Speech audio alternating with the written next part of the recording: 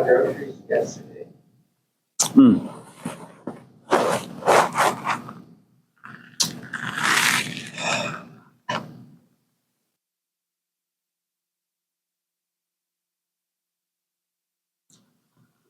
So, the bigger person.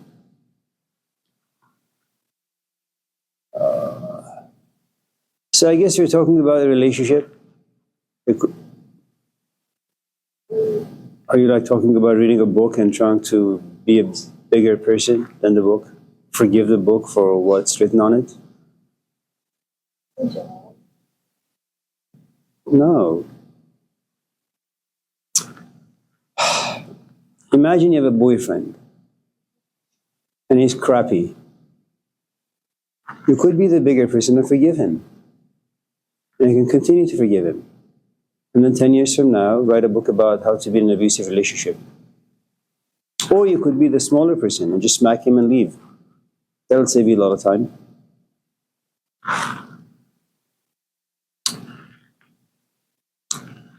We all make mistakes. Some are big, some are small. The big ones we shouldn't forgive. Just walk away. Especially if it's like a habitual thing. Small ones, just a tiny wrinkle. You can iron them out. If, for example, I say something and you, how old are you, 18? 18. If you as an 18-year-old like flip me off, I mean, I'm 40 years older than you are. I'm supposed to be like an instructor, you're supposed to have some reverence, some respect. I say something and you just go nuts.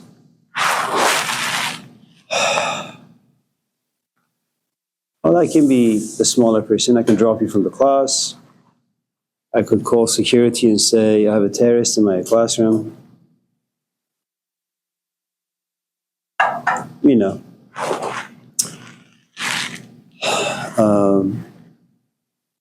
Or I could play the psychologist, saying that Rosalie was probably having a bad day because she's been in the classroom for the past like 16 weeks. She's never behaved in this way. Something's off about her. Maybe it's her mom, maybe it's her dad, maybe it's her boyfriend. Maybe she got some news if she went to the doctor yesterday. And I have to create all some narratives to come to this ridiculous conclusion that you're going through some things that I don't know, and you behaved in a way that was somewhat negative. And so instead of complaining to anyone about your behavior, I just kind of looked the other way. I just looked the other way. And then Tuesday comes, after everyone leaves, they'll just come and say, listen, I'm really sorry for what happened. I say, okay, that's fine. But if you were to flip me off every class meeting, then I'll have to report you to Terry. So are we good now?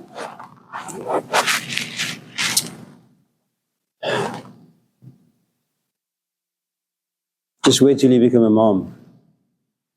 I mean, you say no right now, but you never know what's going to happen to you in about 10 years. But kids, they will crap all over you on a daily basis. I mean, the way you have on your parents, well, whatever. The point is, they'll crap all over you. And you have no choice but to be, in your words, the bigger person. Unless you want to do what Jean-Jacques Rousseau did, which is just put them in foster care. That's an option. And then when they grow up, they can watch the Four Brothers. It's a movie. It's a great movie.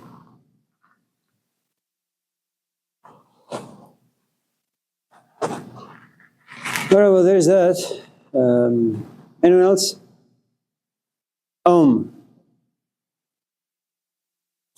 Some silly thing. You know, Janai, all of life is about relationships. Some relationships are quickies, Some relationships are not so quickies, and some relationships are longies, if it's a word. So, there are people in this room who are not really looking for a solid relationship. They don't really know what that looks like. Not that they came from a broken background, they're not there yet. So they just want to go to a party, find someone, sleep with them, have an orgasm, and get out. Okay. Then there are those who say, well, there is nothing wrong with like having sex, but I like to be in a relationship. The problem with being in a relationship is that you have to spend a lot of time with only one person. And then you have to get to know them, the good, the bad, and the ugly, Clint Eastwood and all that. And then if you happen to be young and immature, there's going to be a good amount of bad and ugly that you're going to encounter. If you happen to be somewhat mature, you're going to encounter a lot of good, a little bad, a little ugly. And that's because time has revealed to you it's not a bad thing to shop around for people just the way you shop around for cars or apartments. Okay? So there are these people who lock themselves up in a room. There are these people, you can see them around the lake, who are walking around with their, yoga mats. And you look at them and they say hello in a very serene way. It's like they just saw Jesus Christ, They're very calm, they're very cool, they're very kind,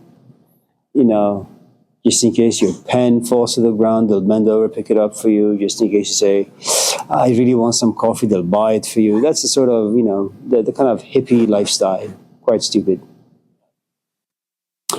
And so they go somewhere, they sit, they turn off the lights, and they say Om. Very much like the Christian desert fathers who used to have the Jesus prayer. Jesus Christ, Son of God, have mercy on my soul, a sinner. And you write this over and over and over again. I remember when I was very, very young, younger than you, there is a monastery going towards Shasta or Reading. It's north. And so through a friend, I got to know where this monastery was. I went there only to realize that they had a waiting list. So I signed up my name and they called me after like many months. And they said, well, there's an opening. It's going to cost you about $200. We'll give you a room. You can stay for about 2 days or 3 days or 4 days. And but you have to get up at like 3 in the morning. For the first hour and a half, you have to write this prayer, Jesus Christ, Son of God, have mercy on my soul, a sinner. Just keep writing it and writing it and writing it. And then you have to come to the prayer hall, and then we eat breakfast, and then you walk around without looking or talking to anybody. And when you're young and when you're a dreamer and when you don't really understand things the right way, and it's kind of a piece of advertisement. It's profoundly tantalizing. And so you go there, you write, and you imagine as if you've accomplished something. Then time passes, life happens, you gain a bit more insight, maturity about yourself, about life, and you say to yourself, so what if you have a dream about this or that? So what if you have an inspired moment? They mean nothing.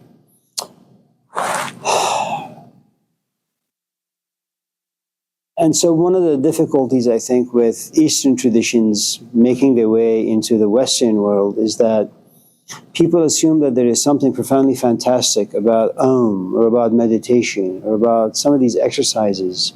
Recently, what's become popularized and fashionable is like Tantra. I just don't want to have sex. I want to have sex with your soul. There's nothing wrong with it if you can find a soul in someone and then tie it down and have sex with it. But for some strange reason, these things are enjoyed by Westerners, and I don't know why. Maybe because their life is so empty and they don't really have much of a philosophy that's exciting. I suppose the point I'm trying to make is this. When you were 18, Finding someone who looks good is nice. Someone who would be very good in bed was nice. Someone who looked good, good in bed, had some money to fine dine you, that would also be good. But as you age, you realize he may have all those things, he just is not the best pick for a father or a companion. So you got rid of him. And I think meditation, chanting, they're very much the same. That you have a life and it's quite desperate, it's quite poor, and you say, well, I want to season my life with something. You know, some people smoke, some people drink, some people say Om. They're all the same. It doesn't do anything. Though, it can create moments of inspiration, and that inspiration can propel you towards something. It's like this class. It's stupid. It really is in many ways. Well, in a lot of ways. Right? But it can inspire you to change your major from business to philosophy. And hopefully when you go to a 4-year school, this inspiration will still be alive either in memory, or you'll have an instructor who is far, far better than the philosophy class you took here at Laney. And then that inspiration will be protected, where you will continue to do your master's and then your PhD. Okay? And then you'll find yourself a job in teaching. And then your life is set. You have a certain budget you're working with. You can afford a certain amount of rent or mortgage. You can shop only for specific things, and you're very much in control of your life, unless, of course, you have some health issues. So if inspiration is protected, it can blossom into something really nice. If you're saying Om, and all of a sudden Krishna comes down, and you realize that you're being consumed by this particular experience, where you change your lifestyle, you stop smoking, drinking, having stupid conversation with your friends, changing a major, just everything, an overhaul, then that's a good experience. But to have an inspired moment and then ultimately going back to the life you've always lived, it doesn't do anything. Does that? It's like the sort of moments all of us have in relationships. She's just not a good person. He's not a good person. I hate this class. These are moments of insights. But acting on those insights are very, very difficult, because then fear comes in. Do I really want to drop the class? But I want to graduate this semester. If I drop it, then I'm going to be stuck another semester. And fear comes in. Various social elements come in, finances come in, your age comes in, everything comes in. All of a sudden your insight is put on the cross, and you bury it, and you make sure it doesn't resurrect. Consciousness. I don't know what it means. All I can tell you is ego consciousness is like this. It's like this empty cup. Over time it gets filled. What's consciousness? Your dreams, your fantasies, your hopes, your experiences, traumas, the things you've experienced, the information you have, the sort of ways you react to life's events. That's it. You know, so when you sit somewhere and you watch a YouTube clip by Eckhart Tolle, where it says, you know, you have to tap into your consciousness. You know, get rid of your ego. That's just stupid. And he says stupid things because he's a stupid man. Forgive me, those of you who like toilet.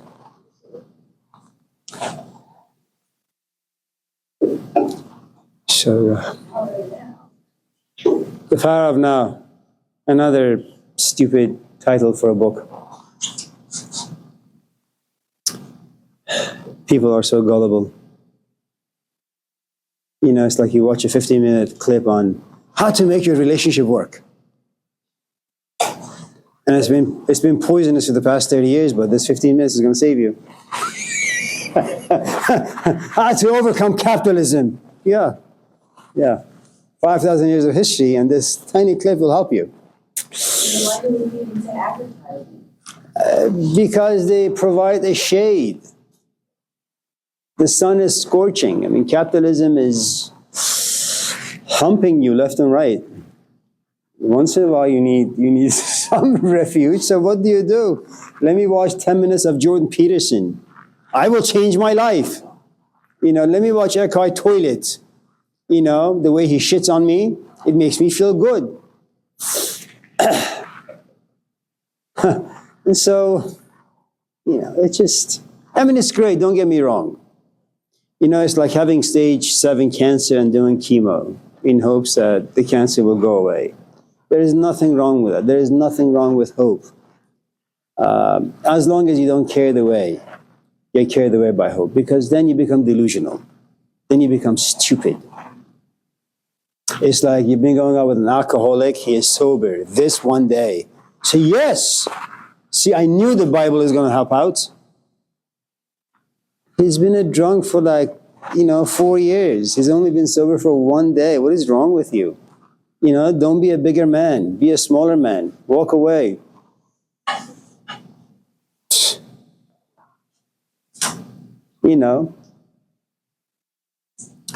Jesus, if only he would have slapped back, he would have lived to be like 900 years old, like Noah. A wife and a few kids who could take over his cult. But no, he had to be a bigger man. Yuck. So.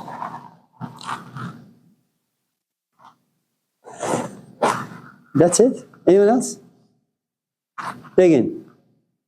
Richard. You talk about the concept of self. Self?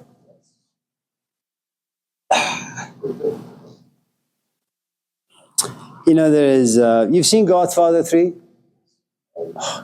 Remember that last scene when his daughter gets shot and they're on the stairs and Al Pacino, the only thing he does is he opens his mouth but nothing comes out.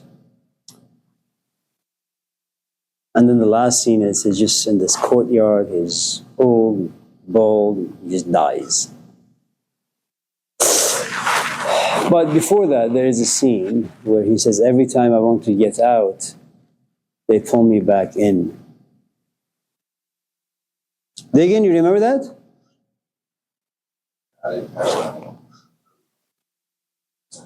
You're not to the third one yet. I see. So, there is a self that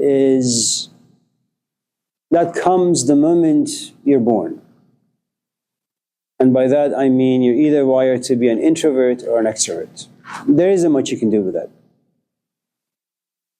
You can make some minor adjustments, but you can't change the way you've been wired. You're either a feeler or a thinker. Okay? That's one aspect of what it means to be a self. The other is the environment. Number one, family. They are the most intimate, they're the closest to you. If you have a relatively good set of people around you, there's a good chance that you have a self that's healthy when it comes to relationships. You know to some extent what love is because it has been modeled to you. You know what it means to hopefully in the future have a relatively good marriage because you see your parents. There is also, let's say, your parents happen to be somewhat traditional. Your father goes out and works, when your mom stays home, cooks, cleans, takes care of. She's the glue of the house, and ultimately the glue of the family. And so there is a self when you get to be an adult in search or on a quest to find yourself a companion. There is a self that says, you know what you're looking for? You're looking for your mother. In other words, this is what makes a relationship work. Someone who's grounded, someone who knows how to make sacrifices, sometimes someone who knows how to forgive, be the bigger person all the time, and sometimes someone who, despite being angry, swallows the anger to make sure that the kids have a safe space, the husband have a safe space, and maybe late at night she cries in silence. Okay. There is a self that is socialized through education. And what that does is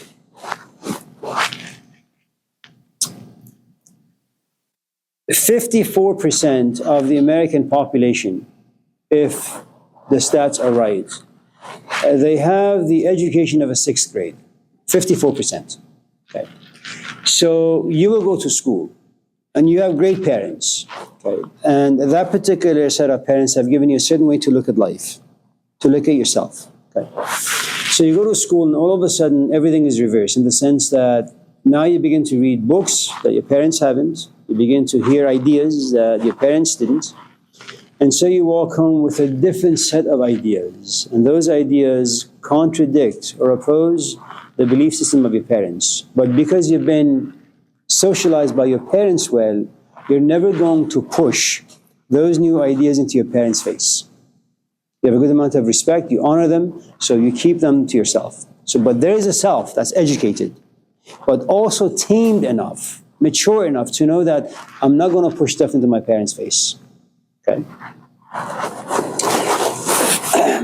Then there is, with all the accumulated experiences, you have your own personal experiences. Eventually you're going to walk into the world, you're going to get into relationships, you're going to get a job, you're going to have some conflicts with your boss, with your coworkers, and all the experiences you've had, all of a sudden you will use as tools to figure out how you need to cope with this environment. Then on your way home, you see all these tents around town. And even though you're not really political, you're not really social activist, what you realize is that all of a sudden you have these feelings of empathy that overcome you. And so you go home and you read some books about politics, about society, about poverty, about mental illness. So what you have then is, you have one Richard, but in this one Richard, you have a self, okay, that has memories of what it means to be a kid. You have a self that's been trained by the parents. You have a self that's been trained by education. You have a self that's been trained by the entertainment industry, okay? And so you have all these different selves. Now, I suppose the next question would be, well, if I am one person with 1,000 self within, and let me also add that every desire that comes, that enters you, every desire creates a pursuit. Every desire creates ambition. Every desire creates a self. Right now in this class, you have a self that asks deep and profound questions. In the math class, that self that enjoys asking questions, that self goes away. The only way you can survive is to daydream. You have another self that needs to come up. Okay? Now, if your next question is, well, how do these selves cohabitate? Why is there not this battlefield within me? Well, the truth is there is a battlefield, you just don't see it.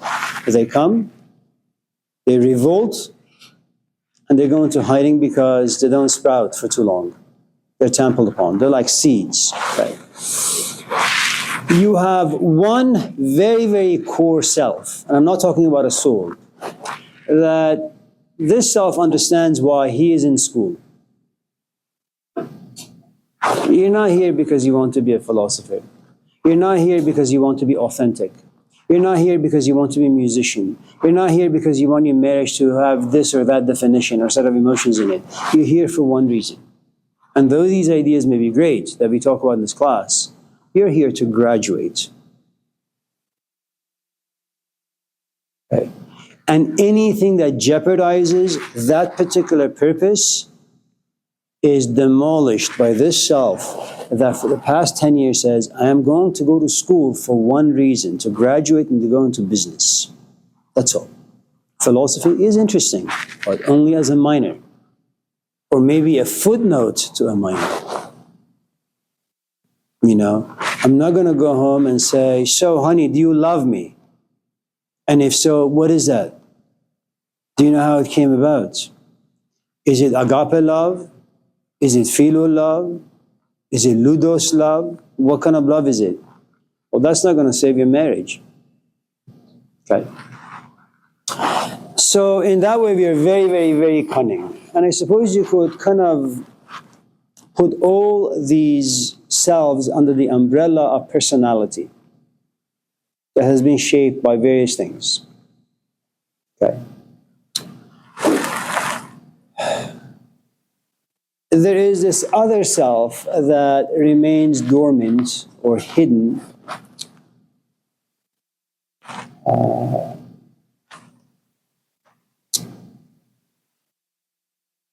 You can call it the essence. It doesn't care for anything that personality creates. Its only function is when you get to be 70, you look yourself in the mirror. Are you going to ask yourself, has this been a life well lived, or have you shortchanged yourself?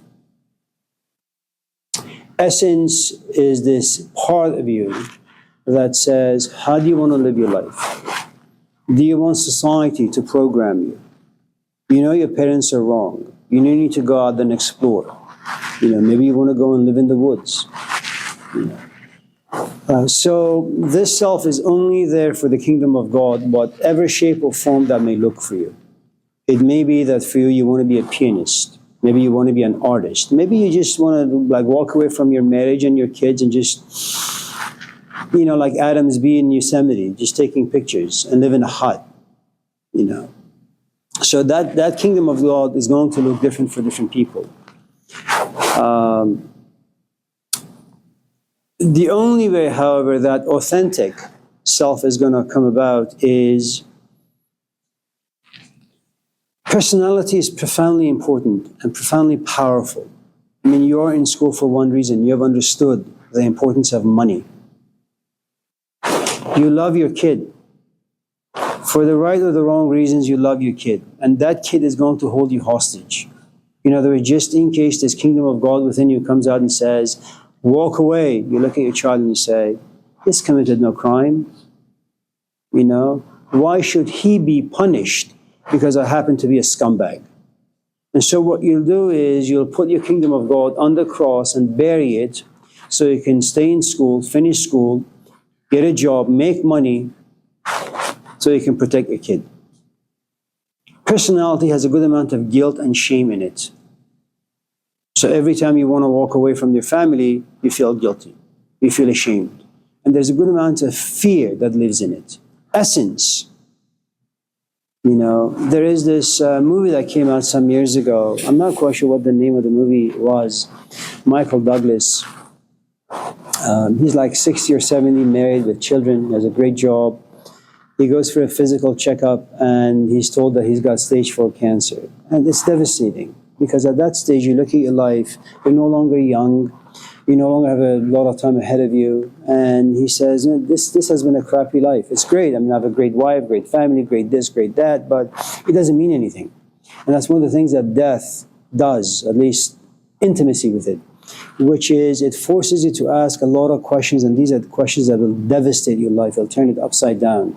In the Quran, such moments are called psychological earthquakes. That what's underneath will come to the surface, and you won't like what you see.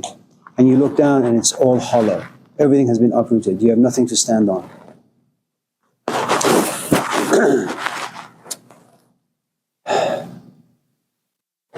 So, not knowing what path to take, he begins to sleep around. And eventually his wife goes to him and says, I saw your tests. I know you have cancer. You can either continue with the way you're doing business, like sleep around, eventually get sick and die alone, or you can come home. And that's being the bigger person. She understands why he's been doing what he's been doing for the past 2, 3, 4, 5 months.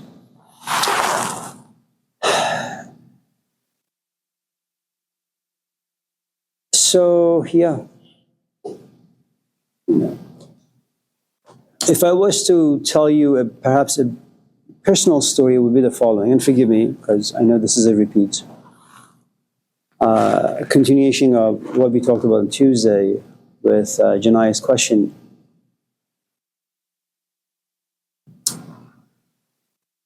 My parents didn't really have much power over me.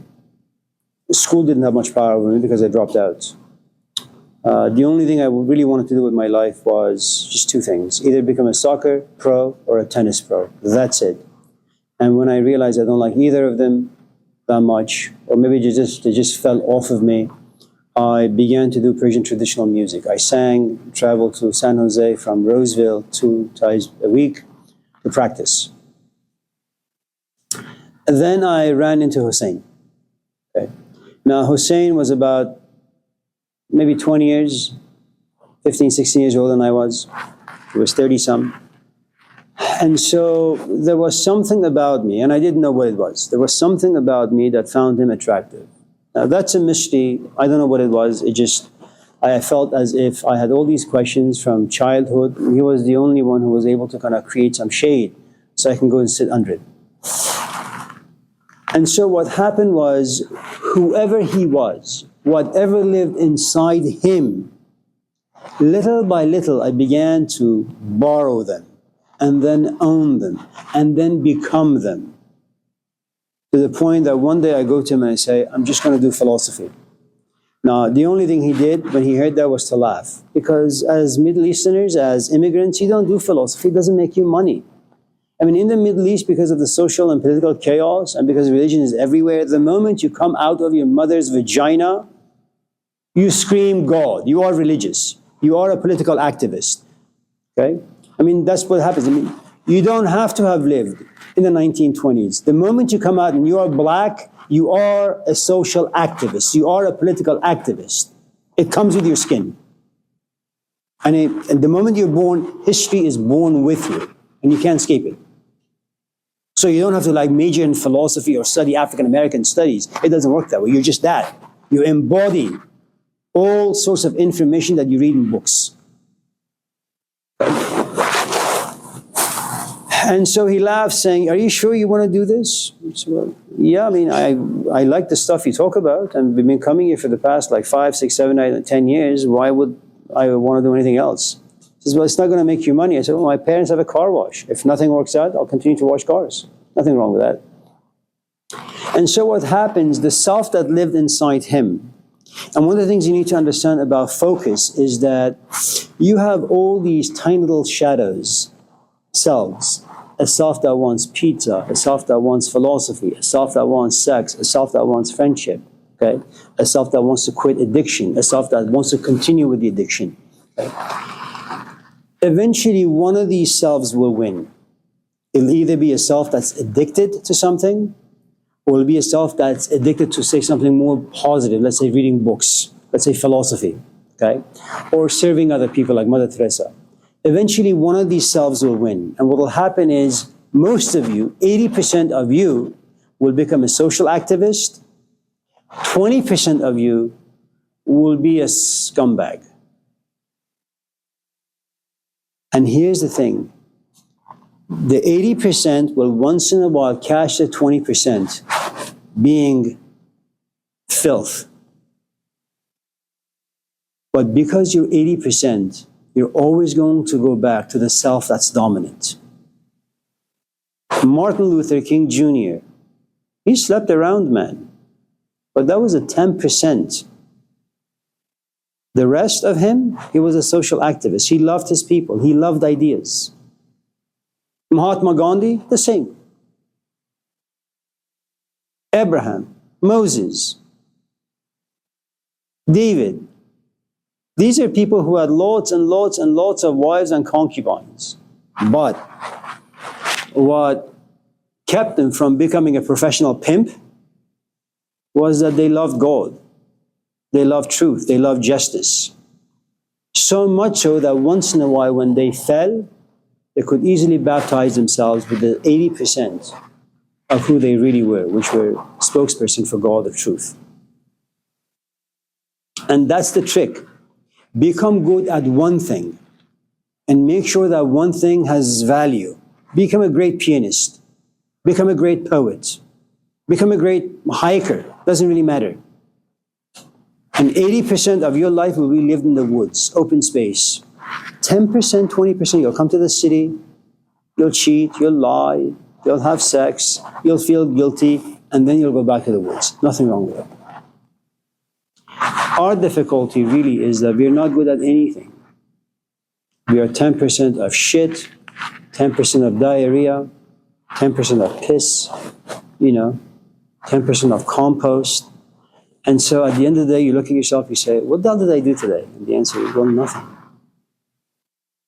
The shortcut, something we talked about on Tuesday, if you want a self that you can respect, in other words, if you want to look yourself in the mirror one day and be okay with death, be okay with life, accept things relatively peacefully, is find someone who can teach you things that are worth learning.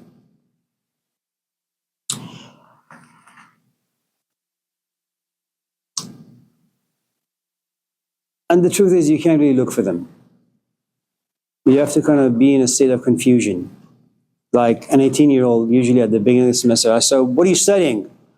I don't really know. I'm confused. And when someone says I'm confused, it means that you have a lot, you have this vacant property, they don't really know what to do with it. If there's a house on the property, you have to bring the bulldozer, chop it down, get the stuff out, flatten the land, and then build something new. If you're confused, your property is ready to go. Rebar, cinder blocks, some concrete, 2x4s, shingles, and it's finished. Okay? So right now, you're not confused. You're not confused because first, you're married. That's about like 50% of your life. Then you have a kid, 2 or 3 of them. That's about another 20%, 30% of who you are. That's 80%. You're set. And then there is this 20% or 30%. Let's just say 40%. Once in a while, this 40% looks at the life of the 60% and says, there is nothing wrong with it. It's just not enough. I don't know why it's not enough. It's just not enough. And so this 40% once in a while comes up and condemns the 60%. And then you look at your wife, you won't like her. You look at your kid, you say, well, fine, but fuck it. But the 60% recovers very, very, very quickly. If, on the other hand, you are in a physical environment where the 40% grows to be 41, and then 42, and then 45, and then 50, I will assure you, if you're working with someone who doesn't know what he or she is doing, you will divorce. If, on the other hand, you are working with someone who knows what they're doing, they will tell you, you feel like divorcing. Sometimes you want a divorce, but you can't. Because this journey will take you about 10, 15 years. When it's done, eventually you'll find your wife and your family life to be the best temple you could ever look for. But you have to be patient for about 10 years. So, I guess in the long run, what I'm trying to suggest is if you're able to find someone who can create a self inside you, you're very lucky. Some people sit at a boredom, watch Cristiano Ronaldo play, and they're only like 7. They say, you know what? I want to be Cristiano Ronaldo. And from that moment on, they practice on the field every single day for 4 or 5 hours. And when they're 17, they get picked up. I mean, look at American Idol and all these shows. Great singer. They just, don't have the opportunity. All of a sudden, these shows come about, and the guy says, Mom, Dad, can we save some money? Buy a ticket to like Los Angeles, go see Simon, whatever, and maybe I can stand on the stage and sing. Fine. One Direction, for example, when you look at those people, that's how they started. What's his name? Harry Styles, that prick. He's just a young fart. He can't even sing well. But with some practice, because of desire for fame, for money, for all that stuff, they inspired and motivated him. Simon liked him, trained him, and look at him now. He has tattoos everywhere.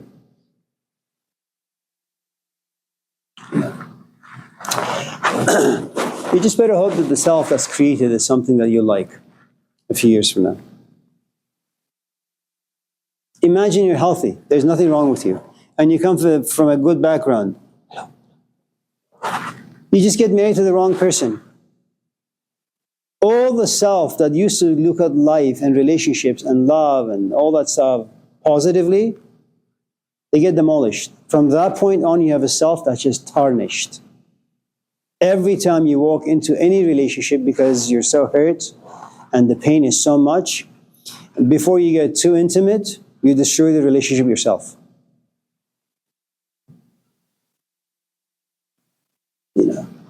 And America is a shitty culture. It really, really is. It creates all the poison that lives under the sun into its people. And then people want to recover. It's not possible. At least not possible easily. Does that? No? Is it? Yes? A little over a month ago, I asked you about What? the 21st century, and part of your answer was that eventually you just retire, you stop caring. Right. So, do you think charity is a waste of time, or do you think it's a fruitless endeavor? Well, the way charity works these days is that you send a check in, or you give them some money. You know, people who are a bit seasoned and understand the politics of charitable organizations, they come to realize that Red Cross a couple years ago, they spent a few $1 billion just buildings, creating buildings, office space for people, you know. And these are like people who don't have very much money, but they pitch in. And once in a while, you're taken aback. Really? This is where my money went? I thought it's going to go to like Uganda or Palestine or someplace, you know, that desperately needs food, water, clothing, and all that stuff. And these guys like build a 10-story building. What the hell? So as you become a bit more seasoned, you say, anyone who asks you for some charity, you say, listen, I have some time. If you need something, I can come and help out with my physical body. And they say, oh, no, we don't want that. We just need your money. So you can be charitable in a couple of ways. You could give charity with your money. You can give charity with your body. In other words, giving someone your ears because they're in pain. You can see a homeless person, even though you may not have money, you can just sit and be companions to them for about 2, 3, 4, 5 minutes or hours or weeks. You could be an alcoholic, gone through recovery, and you could be charitable with your experience, both as a person who was addicted, suffered a great amount of loss, and now wants to educate others. You could be charitable, having come from a broken background, but now you have a child that you haven't seen for a while, but now you've observed, understood what it means to be abandoned by your own parents, so you go back and rescue the kid you abandoned, you know. So you can be charitable in all sorts of ways. You know, I mean, consider my position here. You're being very charitable by, even though, as Rosalind would say, you don't like this class, but you're the bigger person. You know, you sit respectfully, you at least give the illusion that you're paying attention. You're giving me your ears for an hour and 10 minutes, coffee and all that. That's charity. And I, falsely, of course, assume that I have some insights to share, so I come to class and ramble on for about 2, 3 hours. We are all engaged in charity. No one is exempt from it. It's impossible, you know. The only question is, are you aware of the things you are giving? And are you aware of the things you're giving to who? You know, the idea that you can't make the grass grow by pulling it. I don't know if you've ever planted seeds to grow grass. They need water. They need care. They need heat. Okay? You have to make sure that you have a good soil. There are some grasses that are just some seeds that are just designed for cold and freezing temperatures. There are some grasses that are just made for warm temperatures. You know, understanding is very much the same way. It's because you become curious about something and you want to understand it. Like, why is my wife so goddamn angry all the time? Why are my students lazy all the time? I mean, these are like seeds that are planted and now they want to blossom. In a way, you want to understand why things are the way they are. But what usually happens in understanding is you have a lot of emotions. But then you begin to have some thoughts through reflection. So first you feel the understanding, then you think about the understanding, then you create theories. And these are just assumptions you have. You know, and then theory comes down and you apply it. Now comes the practical part. And then you realize, well, how much of your assumptions were good, how much of them were bad or false. So empathy is very much like that. Charity is like that.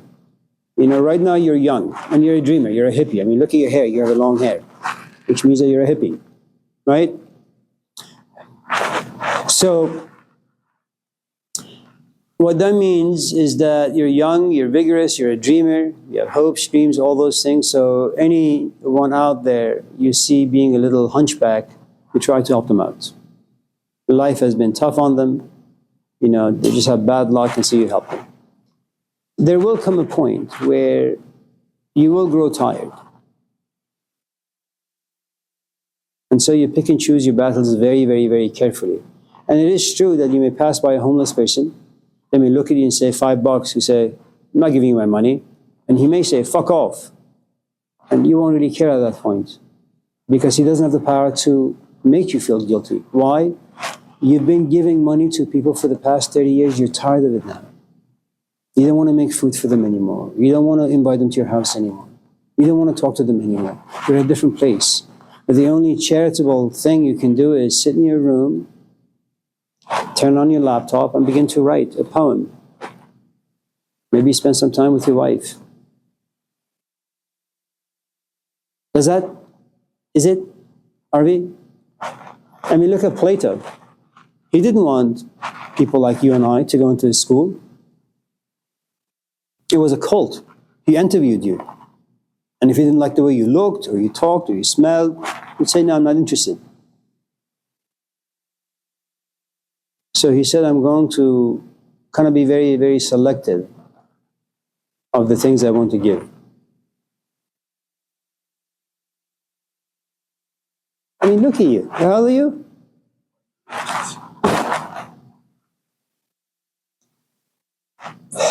At this stage, anything that walks, you want to date them. Cat, dog, reptiles. You know, they're all symbolic for human nature. Okay?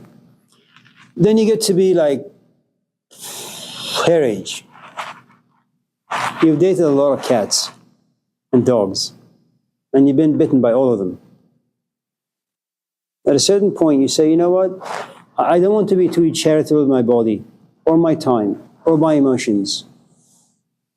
Now I'm looking for like rats to date.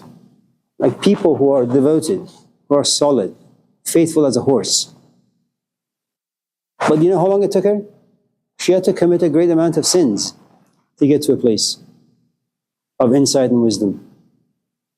Is she stingy? Absolutely. Is it good? Yeah. You should be stingy with your time, with your money, with your energy, with your youth.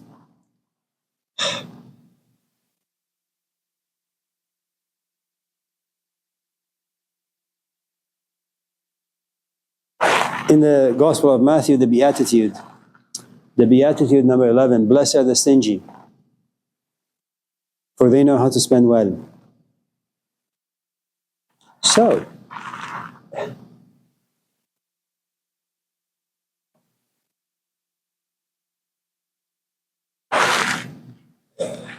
Terry?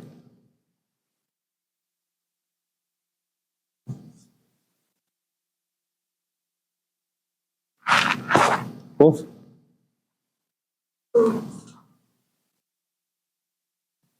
You always have to, for art to be good, does it always have to be 30%?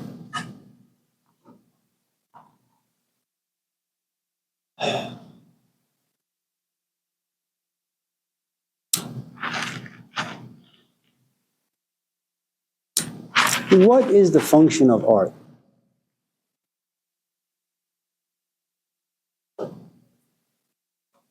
Just for us to give a message.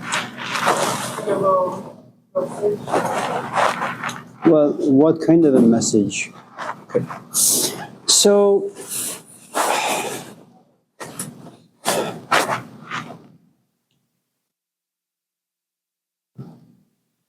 first of all, art can take a variety of different shapes and forms, right?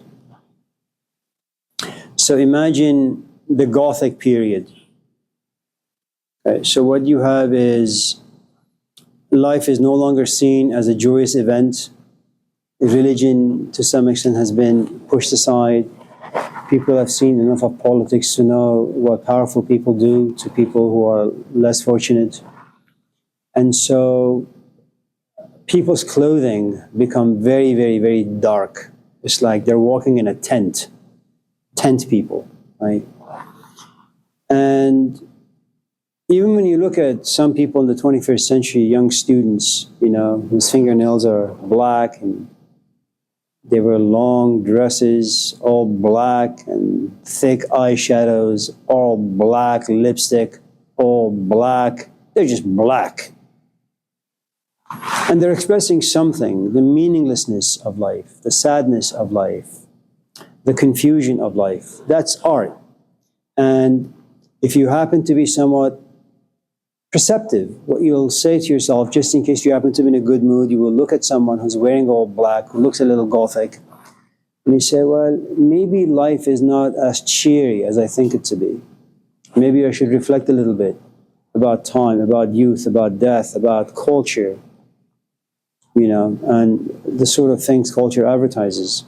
So again, art comes in a variety of different shapes and forms. One of the best statements that ever was spoken about art was done by Leo Tolstoy, that art is about educating someone. Okay.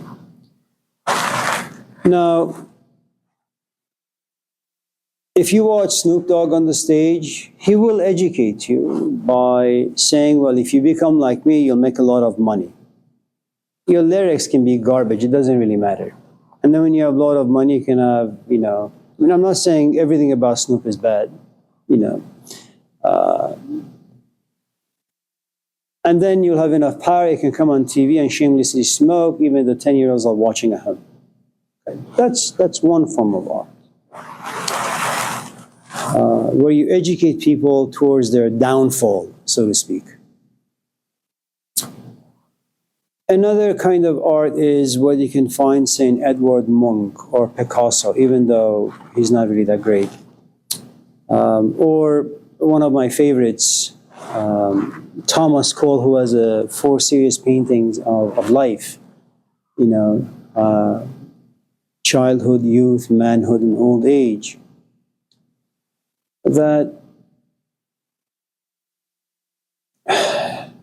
you look at this, let's just say the first painting, and you say, it was really great.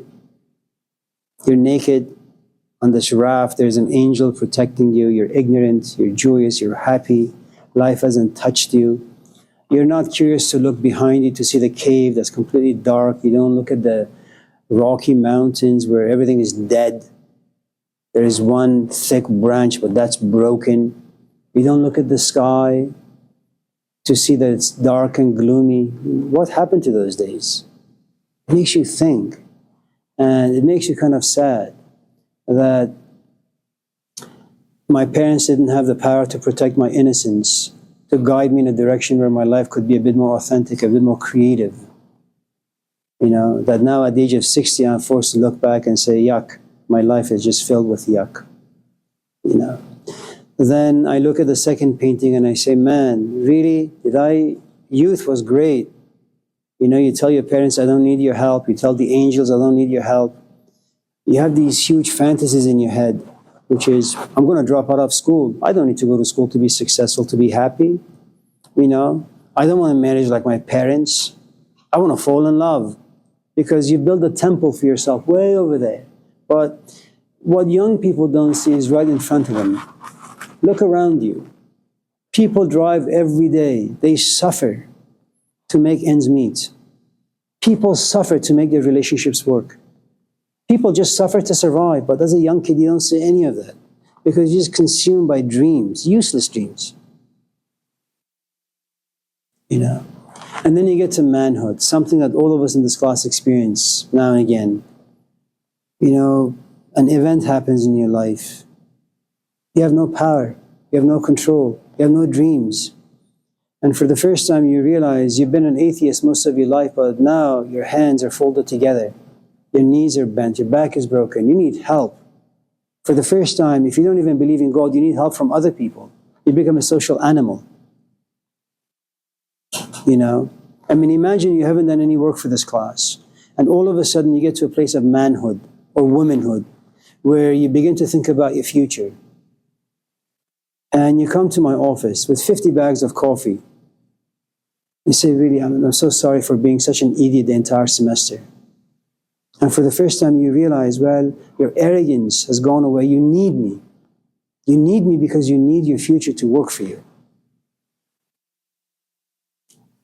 But still, you don't really understand what it means to be 60 or 70, where you've achieved some of your goals, but now at this stage, you just sit on this boat, and the waters are calm now. And there are a couple of openings in the sky, and the angels are coming down to take you. It's time for you to go. Sunset is approaching you very, very quickly. But you're sitting because you've wrestled with life enough. You're okay to die, and there is nothing wrong with it. That's a great piece of education. But the problem with, education at such a level is that it's really, really difficult to make someone interested in this stuff. And there are a couple of reasons. When you look at the American culture, when you look at the entertainment industry, when you look at the function of technology, life, especially in America, takes place really, really, really, really, really fast. And that rewires the way you think and feel about life. Any issue that comes up, any disturbances that come up, you need them to be resolved ASAP. So if you pay attention to some of the questions people ask, I'm in a bad relationship, how do I make it work? It's not workable. Relationships are never workable. You compromise and you always become blind to the other person's fault. Don't fix them. They're not fixable. Human beings are not fixable. If you're lucky, you'll find someone who's like 60% good and 40% evil. Because most often you're working with the 60%. If you happen to be unlucky, well, it's the reverse. There is no how to. And so you create this illusion for people that just in case there's an issue, they can easily overcome it, and that's not true. So when you want to educate people about things that are worth learning, understanding, and hopefully applying, it takes time, it takes patience. But nobody has that anymore. I have lots of students who write crappy essays, and when they get their grade, they say, how can I improve my writing? Fuck, go sit in a cave, think for a few years. And then come back to school and write. But professor, the semester is going to end in 2 weeks. I haven't submitted a single assignment. And I can't fail this class. Really? That's the sort of people you're working with. But why go there? Find anyone who's a recovering alcoholic. They'll tell you. They are the 4 paintings in real life. Find someone who has come to accept that they have stage 4 cancer and they're going to die. Find someone who's like 60, 70 and limping along and ask them about youth and old age and how they came to accept the fact that they can't walk as fast, they can't think as fast. They're losing abilities. These are like just cultural heroes, but you need to kind of care and be interested in these things, So I forgot your question. Sorry. Terry? Ligan? Kendra? Oh, Olivia? Kendra?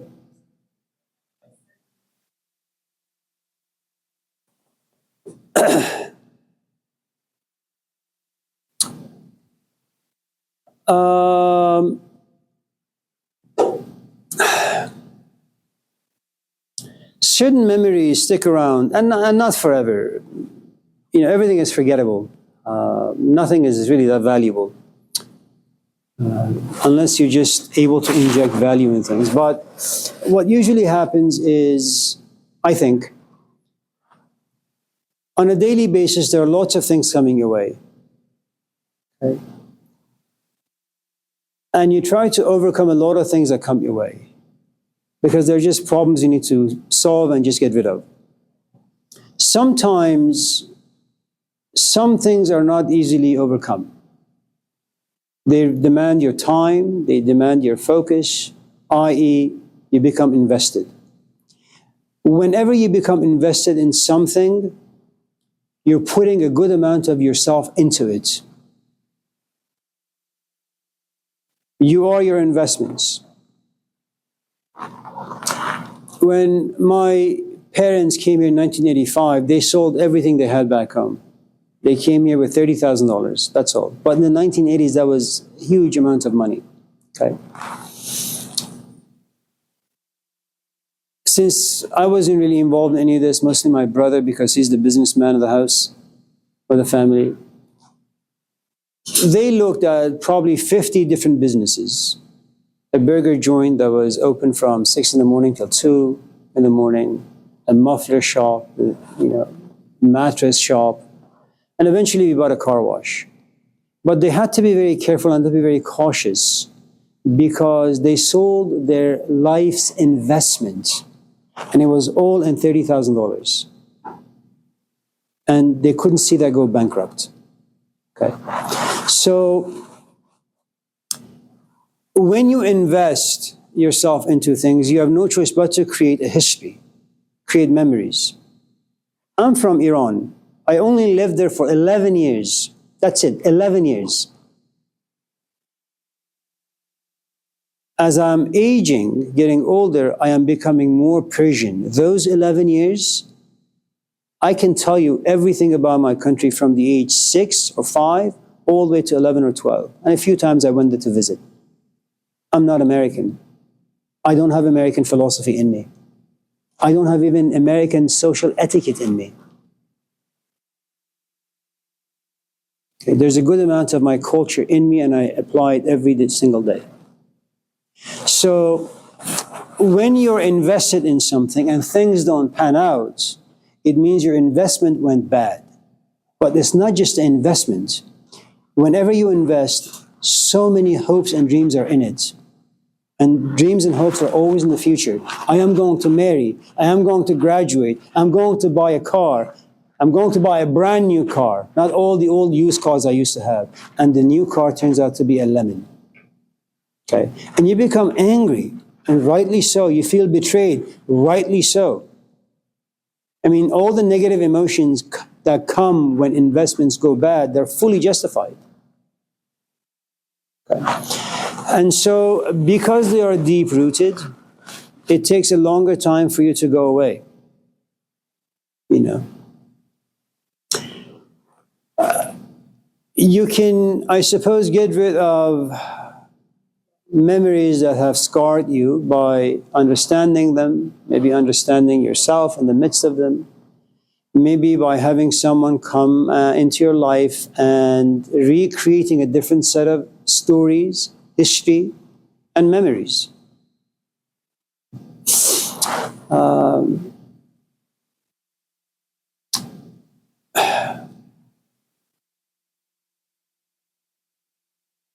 And as you get older, I think you begin to become a bit more aware of the time and the energy that you have injected in any investment. And when they don't pan out too well, you're self-confident, you just beat up yourself psychologically, you know. But most of the things that we do, they just disappear. They're not that interesting or important, you know. I mean, how many of you in this class, when you go home, like think about Rosalind or Dagan or Terry or anyone? Maybe they come up once in a while, but for the most part, I mean, you're not emotionally invested in any of these people. Once in a while, you know, when amongst you say, yeah, you know, I have this instructor, he makes fun of Terry. You know, that there is this guy, Terry, he brings coffee all the time. And then, you know, the story goes on. I think he wants a good grade. I think like he's attracted to the guy. Romantically. So, you know, and all it turns into a joke. And then, you know, I mean, I don't know, maybe 20 years from now, Terry will be sitting in one of these old homes, nursing homes, you know. And this like old ugly nurse will go to him and say, so, Terry, what do you want to talk about? You know, I had this instructor. That memory gives a meaning. So, yeah. But having said all of this, let me just say this one last piece. Then Dagan had his hand up. Let's see what he has to say.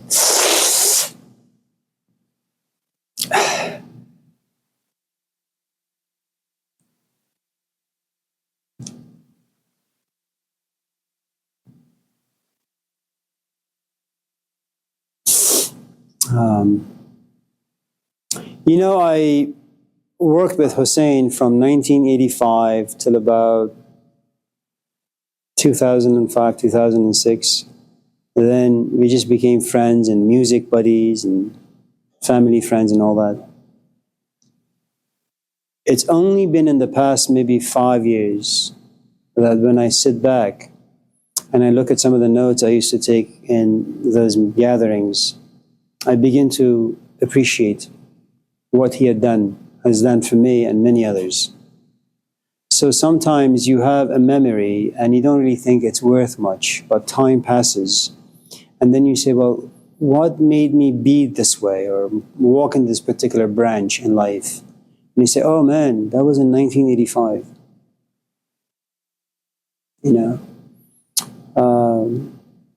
There are certain events that you think have cursed you, that messed up your life for whatever the reasons. But just give it like 5 years' time, 10 years' time, where your life is in a completely different place. You look back and you say, thank God that didn't happen. So, dig in.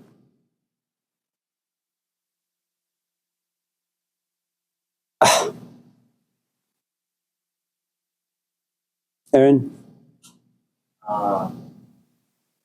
What does a person need to wake up to the realities of life? Why would you want to do that? You don't want to do that.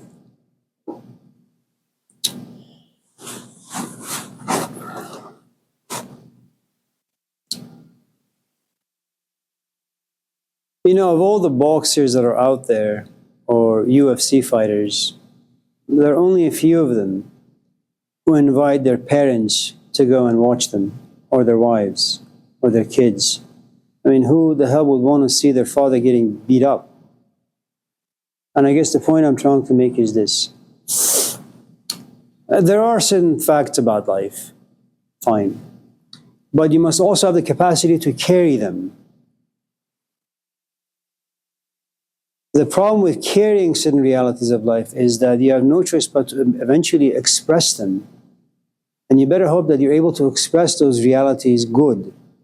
In other words, if you experience a reality of life and it depresses you, well, your mom is going to see that. Your dad is going to see that. They haven't committed any crimes for you to demolish them like that. And just because you're curious about something, it doesn't mean you should pursue it.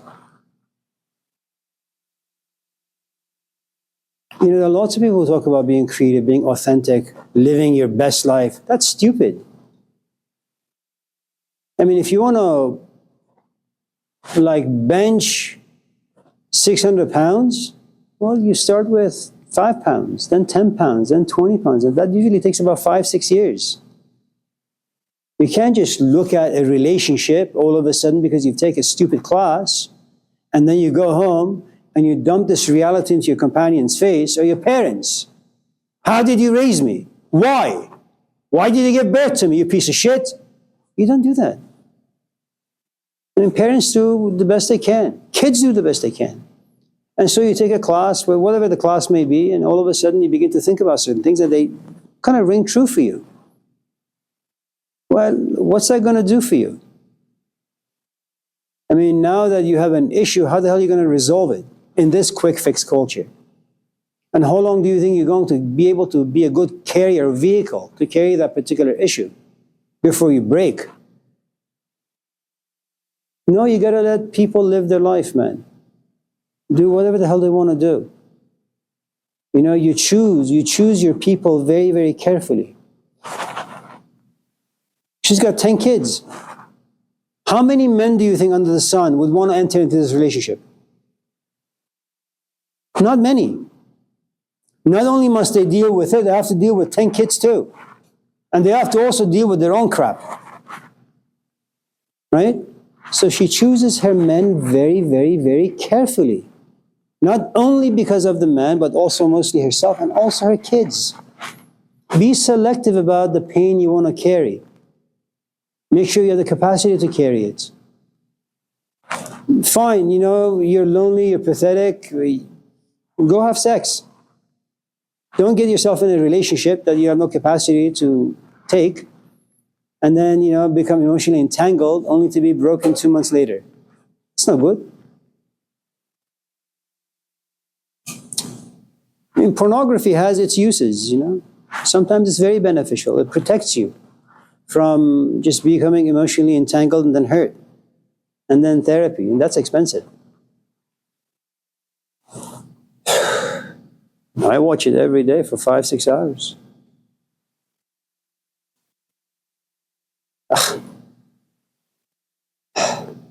Terry? Anything? Dagan? Wolf? Spike?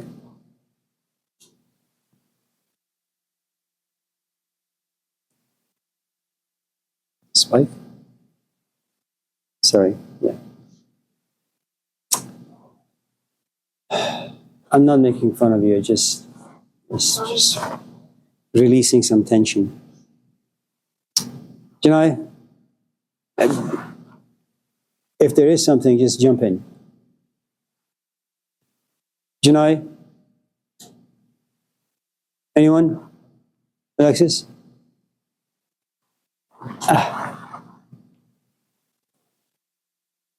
The other day, you talked about how hard you have to have with playing or satisfaction.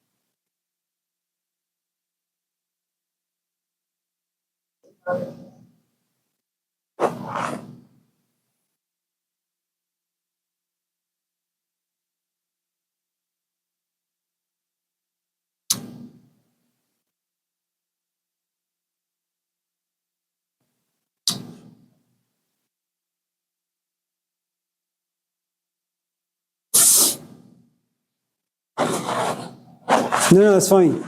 Have a good time. See you next week. Monday.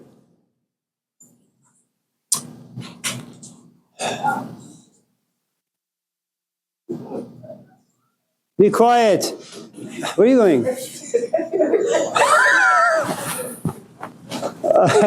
good to see you again.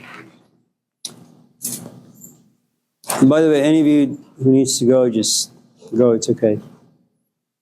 It'll only impact your grade a little bit. So,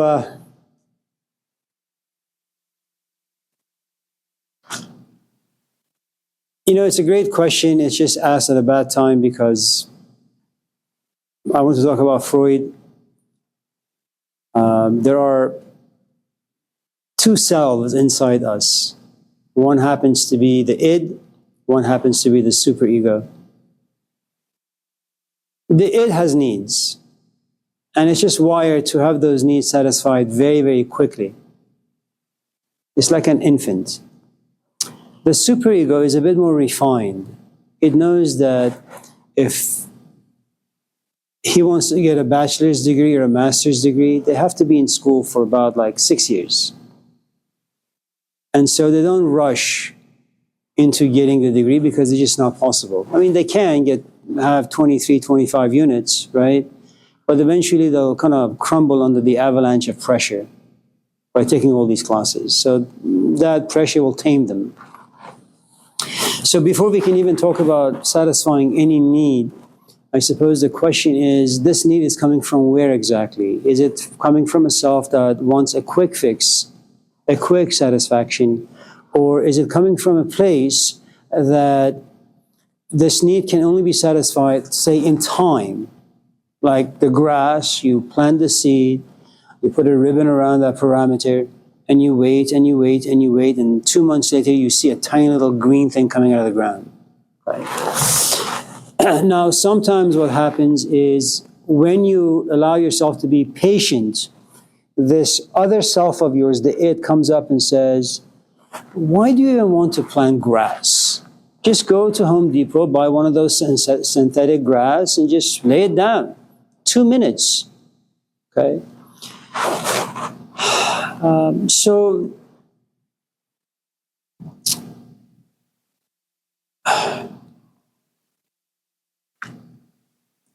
there is also a place where you have become mature enough, where you have good guilt inside you, that you signed up for classes, you miss classes, you drop classes, year after year, semester after semester. Now you're like 25, 26, 27. Your brother has graduated, your sister has graduated. Maybe you have no siblings, but you look yourself in the mirror and you say, yuck. Okay? And all of a sudden you say, you know what? I dropped out of school because of A, B, C, D. Just quick fixes to stupid things. And even though you have this addiction now, this habit of quick fixes, you say to yourself, you know, I'm just going to cultivate the stamina and stick it out and see how far I can go. Okay? So something happens to your self-image as time goes on that, you know, someone like Hugh Hefner, he never got to that place. Hugh Hefner said, I have a lot of power, I have a lot of Viagra, I have a lot of Viagra and power where I can purchase a lot of young women, and I can make myself a Garden of Eden down here on this planet. I don't need to die and to go to a place where angels never grow old. And I am just pure light. I can do that down here, right? And so he never really looked for a relationship that is meaningful. He was able to buy distraction for about 80 years of his life. Okay? He was always in the business of id. And there is nothing wrong with it. You have to be profoundly lucky to be able to create for yourself a life down here where you're surrounded by beautiful things, i.e. women, indoor pools, outdoor pools, a mansion, recognition, fame. These are wonderful things. The value judgment that I'm making comes much after, which is, this is not the best life worth living. Why? Because I can't compare him to Jesus Christ, and I have no business doing that. It's wrong.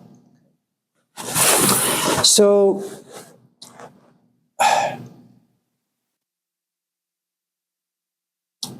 there are a couple of things.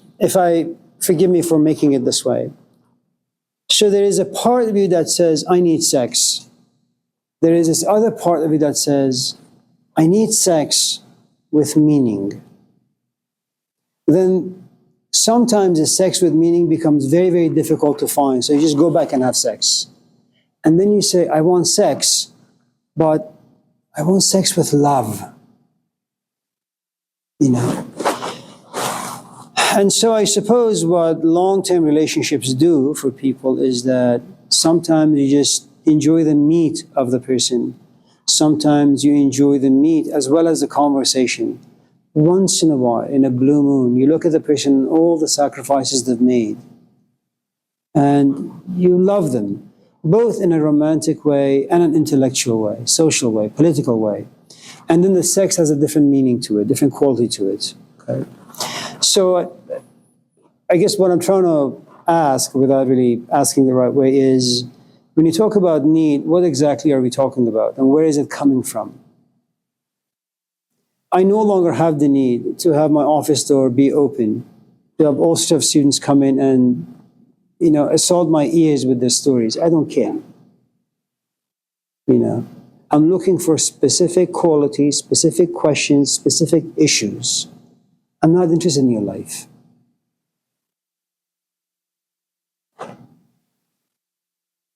So your needs change as you grow, as you mature, as you begin to reflect and observe things. And without knowing specific needs, it'll be very difficult to answer.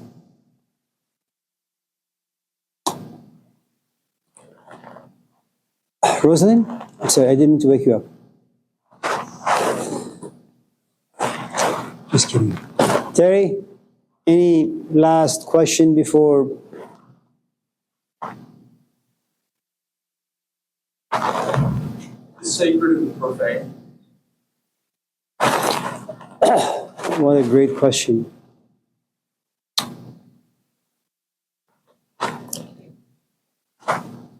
Thank you.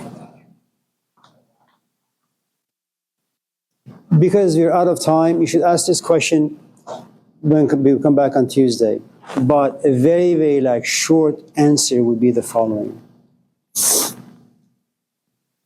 Shit is profane.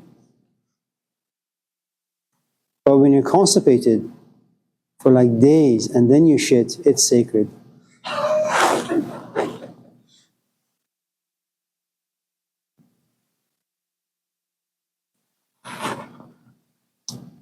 So much of what is profane and sacred change over time and depending on your circumstance. Getting an F, it's a tragedy. Learning from the F 10 years from now, it's a blessing. Losing a relationship is awful. But learning why you've lost it, and perhaps you lost it for good reasons, a blessing. You know, and the only reason why they let me out of hospital when I had my open heart surgery after 5 days was because I was able to shit. Because that's, your body basically just shuts down. Nothing comes out. And the nurse came and looked me in the eye and said, listen, if you don't bathroom, you're going to be here for another 2 weeks. And so something that, I think when you just kind of sit back and say, man, to be a human being, you have to do so many awful things. I'm like, shit, that's awful. Right? And then like, you have taken your companion home. Let's say, forgive me, it's like Rosalind, you guys have gone home together, and you guys been together. I know it's awful. You know, like white men can't jump, white men can't be in relationships. Now, you take him home, and you guys have been together for a number of years, right? And she says, let's watch a TV movie together. And you say, I'll be right back. Where are you going? Bathroom. Okay. She waits and waits and waits and waits for like hours. And then you come out. And they say, let's watch a movie. And then she says, I'll be right back. Let me go use the restroom. And you say, Rosalind, please, do you have to use it right now? Yes. I'm peeing my pants. Well, can you go to the neighbor's house? Why?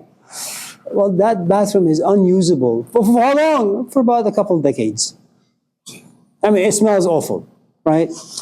What you have is, there is something about you that recognizes something so nasty about just being human. But just wait until you become sick and nothing exits your body. And then you sit there, and as things are coming out, you say, thank you, God. And all of a sudden you realize your bathroom and sitting on the toilet have become temples of worship. You are religious like Jesus Christ. You are writing a Bible in the bathroom while shitting and peeing. What can be more profound?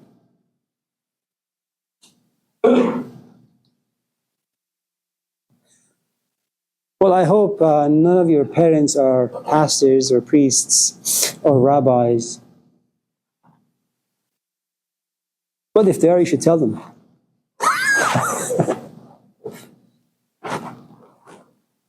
Well, I hope that you guys have a very, very nice weekend. Tell your parents I said hello, stay warm. If you don't have much to do during your weekends and you feel kind of isolated and alone, when you feel life has exploited you, exchange numbers with some of the people whose company you enjoy. Text them, call them, maybe gather with them tomorrow, Saturday, Sunday. Take them home. Make them clean your house. Wolf, anything?